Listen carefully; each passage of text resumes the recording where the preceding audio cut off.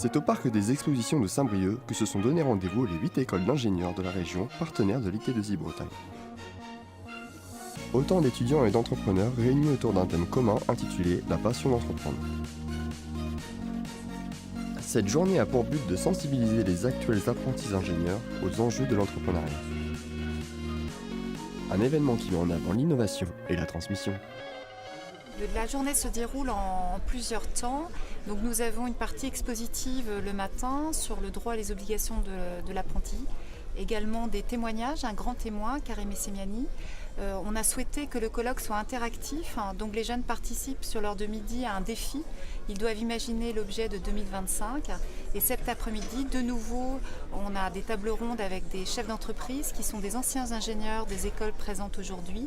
Et puis on remettra à la fin le trophée du meilleur objet inventé pour l'avenir.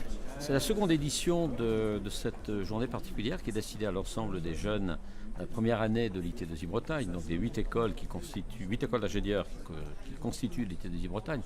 La raison, elle est assez simple en fait, elle tient à un double intérêt.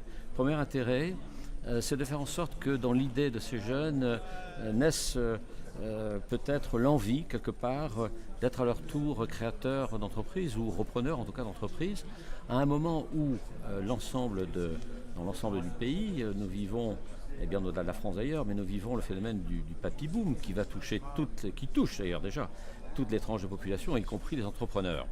De ce point de vue-là, comme l'activité économique est tout de même drainée par l'entreprise, il est absolument important que nous suscitions de très bonne heure des vocations pour, je dirais, une continuité dans la création des entreprises ou éventuellement leur reprise. Si vous avez l'envie de faire quelque chose, si vous pensez que vous voulez tester ça, allez-y. Et même si vous vous trompez, vous réussirez.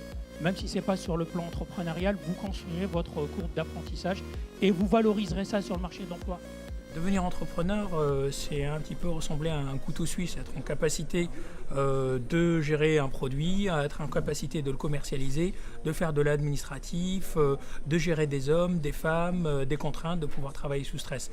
Et souvent, ce n'est pas donné à tout le monde de pouvoir faire tout ça. Donc, avoir une très bonne idée est une chose, être un très bon commercial est une chose, être un entrepreneur, c'est plutôt un couteau suisse. Donc, c'est peut-être un peu plus compliqué. Vous avez une volonté de créer, vous ne savez pas encore exactement quoi.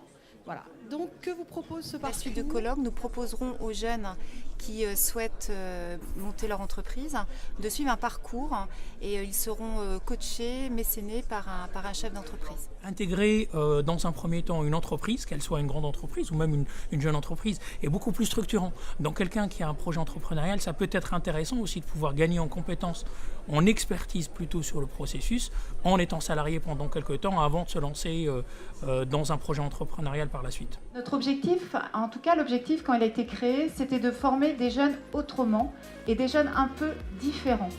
Venez avec un projet et venez nombreux. Il faut y croire et c'est extrêmement important.